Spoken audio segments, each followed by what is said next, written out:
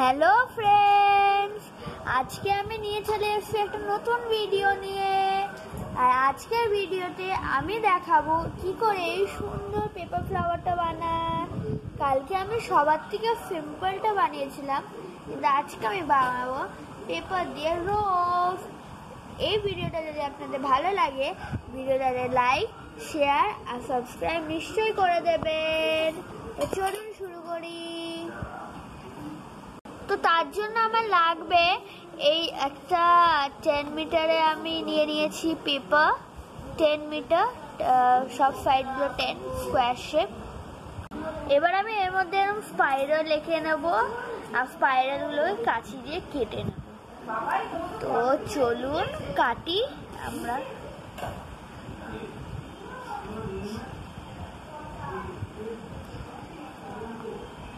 তো আমি কেটে নিয়েছি। এবার আমরা এই সাইডটাকে ধরে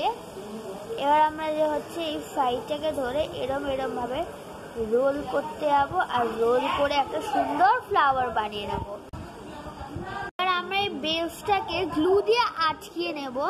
আটকানোর পর এইটাকে ভালো করে সাইড দিয়ে কালার দিয়ে ডিজাইন করে নেব। আপনারা যে কোনো কালার নিতে পারেন বা আপনারা কালার শিটও নিতে পারেন, কিন্তু আমি হোয়াইট শিট নিয়েছি, আমি কালার করে নেব। তো চলুন করি।